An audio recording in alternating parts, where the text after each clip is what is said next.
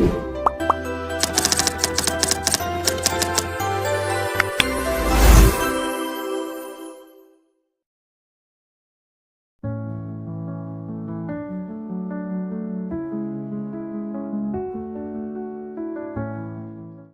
sejahtera untuk kita sekalian, Shalom.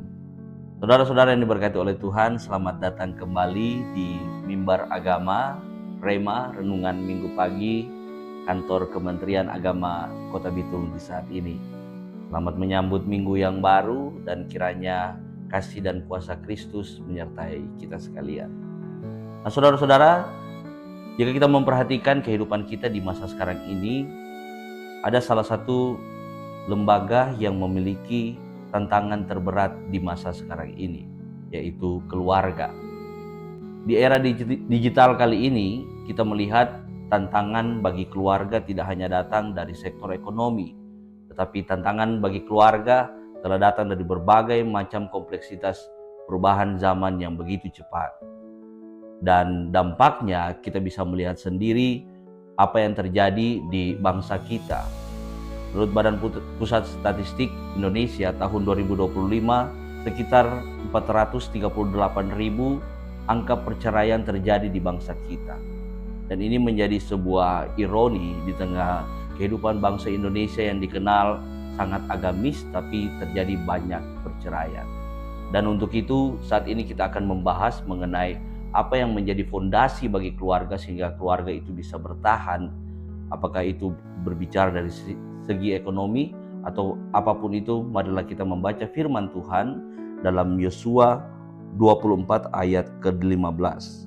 Di sana dikatakan, tetapi jika kamu anggap tidak baik untuk beribadah kepada Tuhan, pilihlah pada hari ini kepada siapa kamu akan beribadah. Allah yang kepada nenek moyangmu beribadah di seberang sungai Efrat, atau Allah orang Amori yang negerinya kamu diami ini. Tetapi aku dan seisi rumahku kami akan beribadah kepada Tuhan. Nah, pernyataan yang diberikan Yosua kepada bangsa Israel yang kala itu diperhadapkan dengan berbagai macam ilah-ilah yang ada di sekitar mereka, ini bukan hanya sekedar lip service semata, tetapi ini merupakan penegasan iman yang berarti keputusan kehidupan keluarga Yosua yang mau senantiasa hidup berdasar hanya kepada Tuhan, bersandar hanya kepada Tuhan. Nah, mengapa hal ini penting bagi kita? Karena jika kita membangun fondasi keluarga kita di atas harta, maka fondasi itu akan retak seiring berjalannya waktu, karena harta itu tidak kekal. Jika kita membangun fondasi keluarga kita hanya karena atas dasar suka sama suka, maka itu artinya kita sedang membangun fondasi yang juga akan retak. Karena rasa suka, rasa sayang kepada pasangan, kepada suami, istri, itu pun akan menemukan titik jenuhnya.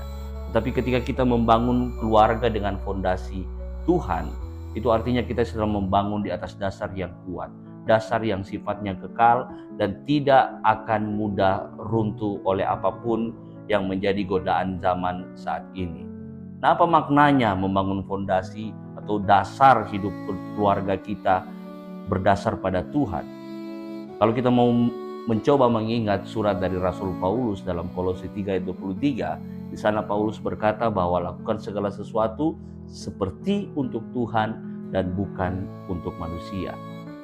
Itu artinya ketika kita membangun keluarga kita tidak membangunnya hanya karena proses ataupun legalitas kehidupan semata, tetapi bagaimana kita memahami cara membangun keluarga ini dari perspektif sebagai pengabdian kita kepada Tuhan, sebagai rasa syukur kita kepada Tuhan.